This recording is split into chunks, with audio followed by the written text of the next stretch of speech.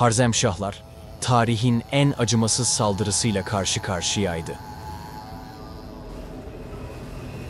Cengiz Han'ın önderliğindeki Moğol orduları, karşılarına çıkan her şeyi yakıp yıkmıştı.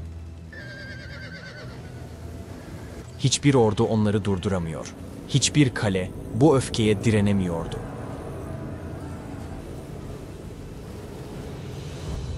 Fakat bir kişi Moğollarla yüzleşmeye cesaret etti ve onları Pervan Savaşı'nda durdurmayı başardı. Bu kişi Sultan Celaleddin Harzemşah'tan başkası değildi. Zekası ve cesaretiyle doğrudan Cengiz Han'ın kudretine meydan okuyordu. Tarih, Indus Nehri kıyısında yaşanacak büyük hesaplaşma öncesi, ilk Kıvılcım'ın hikayesini yazmak üzereydi.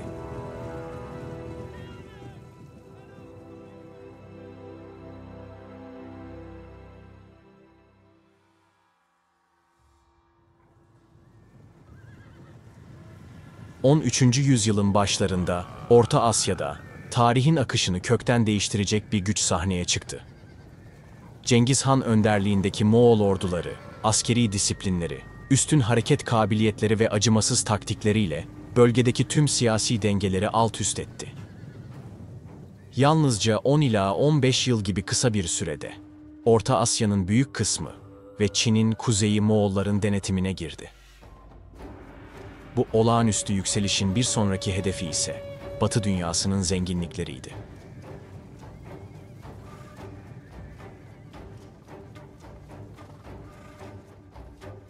Batı'da, Selçuklu mirası üzerine inşa edilmiş büyük bir güç vardı.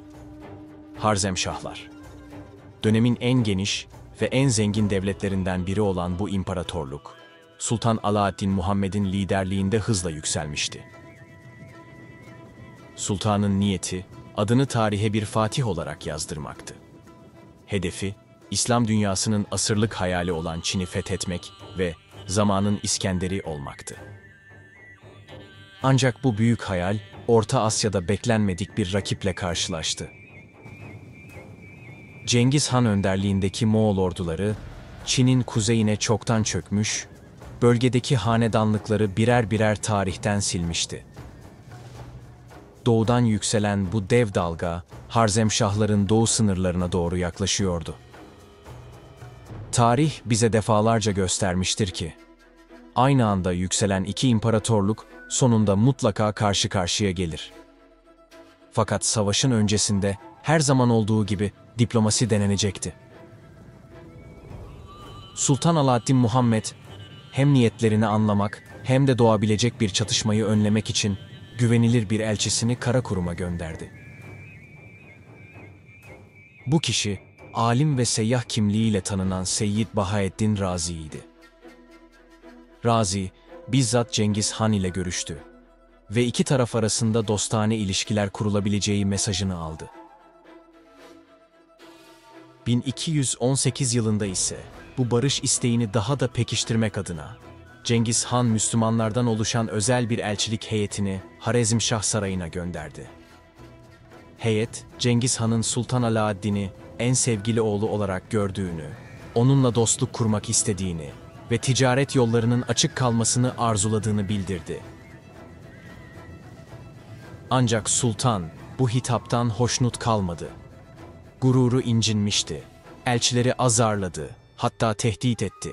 Neyse ki dönemin ileri gelenlerinden Mahmut Yalvaç araya girerek durumu yatıştırdı ve taraflar arasında bir ticaret anlaşması yapılmasını sağladı. Fakat Cengiz Han savaşın kaçınılmaz olduğunu biliyordu ve savaşta en önemli unsur halkını bu mücadeleye ikna edecek haklı bir gerekçeydi. İlk saldırıyı kendisi yapmak istemiyor, düşmanını bu hamleye zorlamayı amaçlıyordu. Böylece halkını ortak bir düşmana karşı tek bir amaç etrafında birleştirecekti ve aradığı fırsatı Otrar'da bulacaktı. Diğer yanda Sultan Alaaddin Muhammed, Moğollara karşı bir cihad ilan ederek Müslümanların desteğini kazanmayı ve bu birlikle Çin'e kadar ilerlemeyi hayal ediyordu. Ancak bu büyük planı engelleyen bir dizi iç krizle karşı karşıyaydı. Abbasi halifesi en-Nasır ile aralarındaki büyük çekişme, İslam dünyasındaki meşruiyetini zedeliyordu. Halifeye karşı fetvalar toplamış, Bağdat'a karşı açık bir mücadeleye girişmişti. Üstelik kendi ordusu içinde annesi Terken Hatun'a bağlı birliklerle yaşadığı iktidar mücadelesi de işbirliği zayıflatıyordu. Tevhid, yani birlik, en çok ihtiyaç duyulan anda dağılmaya başlamıştı. Bu bölünmüşlük, İslam dünyasını Moğol tehdidine karşı savunmasız bırakacaktı. İşte tam bu dönemde, Otrar şehrine Moğollar tarafından gönderilen 450 kişilik bir ticaret kervanı ulaştı. Ancak şehrin valisi İnalcık, bu kervandakileri casuslukla suçladı ve hepsini idam ettirdi. Bu haber Cengiz Han'a ulaştığında, derhal bir elçilik heyeti göndererek İnalcık'ın kendisine teslim edilmesini talep etti. Fakat bu idam kararının bizzat Sultan Alaaddin tarafından verildiği ortaya çıktı. İbn Battuta'ya göre, Harzemşahlar o dönemde öylesine güçlüydü ki, Cengiz Han başlangıçta doğrudan saldırıya cesaret edememişti.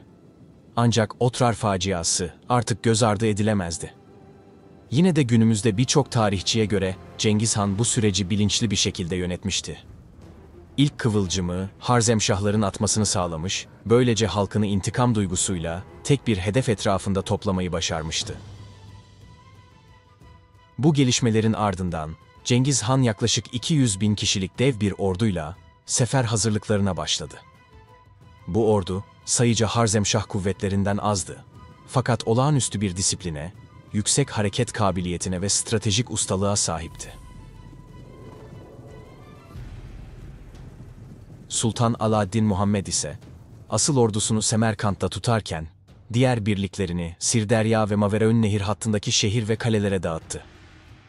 Onun beklentisi, Moğolların kaleleri kuşatamayacağı ve kısa süre içinde çekilmek zorunda kalacakları yönündeydi. Fakat bu büyük bir yanılgıydı.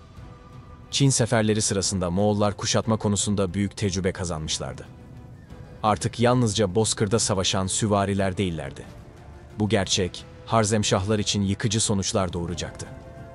Ayrıca orduların şehirler arasında dağılması, Cengiz Han'ın karşısına güçlü ve birleşik bir ordu çıkmaması anlamına geliyordu.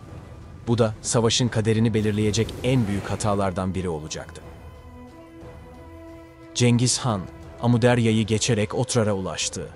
Şehri kuşatma görevini oğulları Çağatay ve Ögeday'a verdi. Büyük oğlu Cuci'yi ise Cent şehrine yönlendirdi. Kendisi ise ana orduyla Buhara'ya yürüdü. Buhara'yı yakıp yıkan Cengiz Han, ardından başkent Semerkant'a yöneldi. Sultan Alaaddin bu şehirdeydi fakat geri çekilme hattının kesildiğini görünce paniğe kapılıp şehri terk etti. 5 gün süren kuşatmanın ardından şehir düştü. Büyük bir katliam yaşandı. Ardından Cuci güneye inerek Gürgenç'i kuşattı. Bu yıkımların arkasında yalnızca öfke değil, bilinçli bir strateji yatıyordu. Moğollar, fethettikleri şehirlerde uyguladıkları aşırı şiddeti bir taktik olarak kullanıyorlardı. Bu yöntemle halklara iki seçenek sunuyorlardı. Ya boyun eğip vergi vermeyi kabul edecek ve canlarını kurtaracaklardı. Ya da en küçük bir direnişte Moğol gazabıyla karşılaşıp şehirleriyle birlikte yok edileceklerdi. Terör, onların savaş alanındaki en etkili silahıydı. Sultan Muhammed ise Belh, Nişapur ve Rey şehirlerine kaçarak izini kaybettirmeye çalıştı.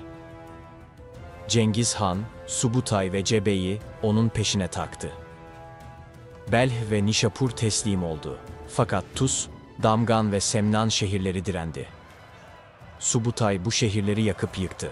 Sonunda Rey şehri de düştü. Sultan Alaaddin, Hazar Denizi'ndeki bir adaya sığınarak 1220 Aralık ayında öldü.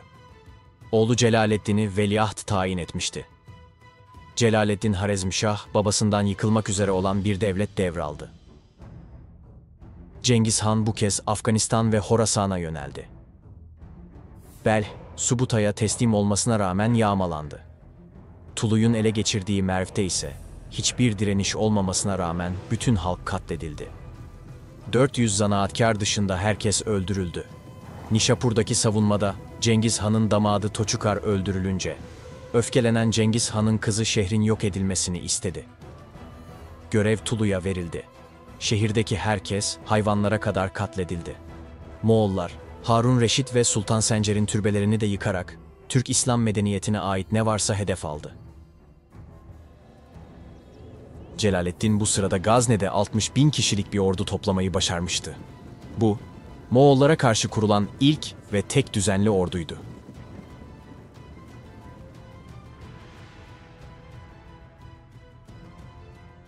Cengiz Han, Gazne'de büyük bir ordu toplandığı haberini aldığında durumu ciddiye aldı.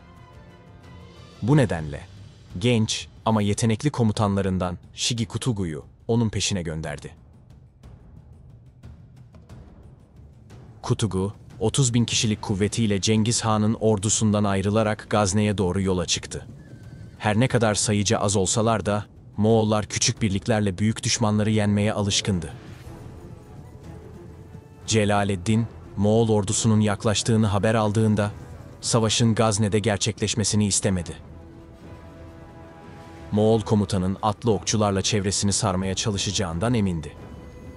Bu yüzden ordusuna stratejik avantaj sağlayacak dar bir geçit ya da doğal engel bulması gerekiyordu. İstediği araziyi Pervan yakınlarında buldu. Eğer bu vadinin tamamını kendi askerleriyle doldurursa, Moğolların klasik manevra taktikleri boşa çıkacaktı.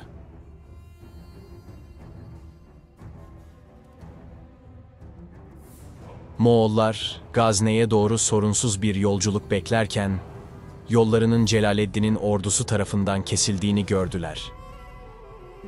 Şimdiye kadar Harzemşahlar hep kaçan taraf olmuştu.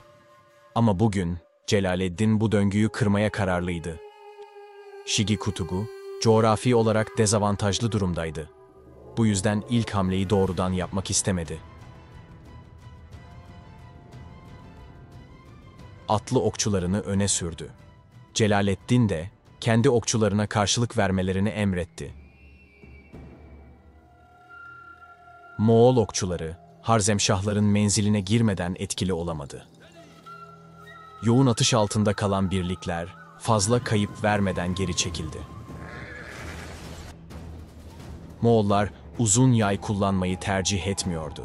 Çünkü uzun yaylar, at üzerinde kullanıldığında atın hareketini kısıtlar. Bu yüzden Moğol süvarileri kompozit yaylar kullanırdı. Kısa menzilli ama son derece esnek ve hızlıydılar. Ancak bu kez menzil farkı onlara karşı bir dezavantaj olmuştu.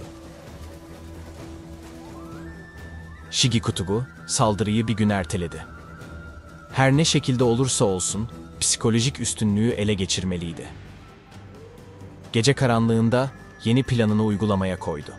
Celaleddin ve komutanları ertesi günün stratejisini konuşurken gözcüler Moğol kampında hareketlilik fark etti.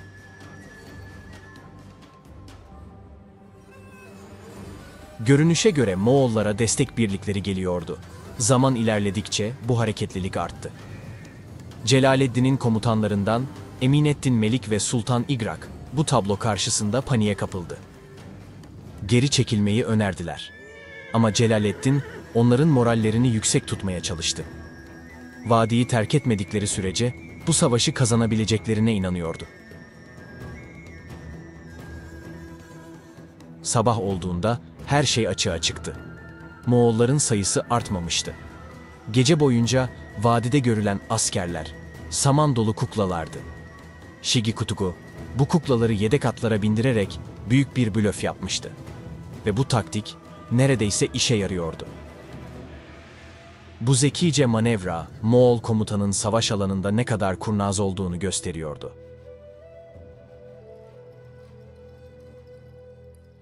Blöf başarısız olunca Shigi Kutugu saldırı emri verdi.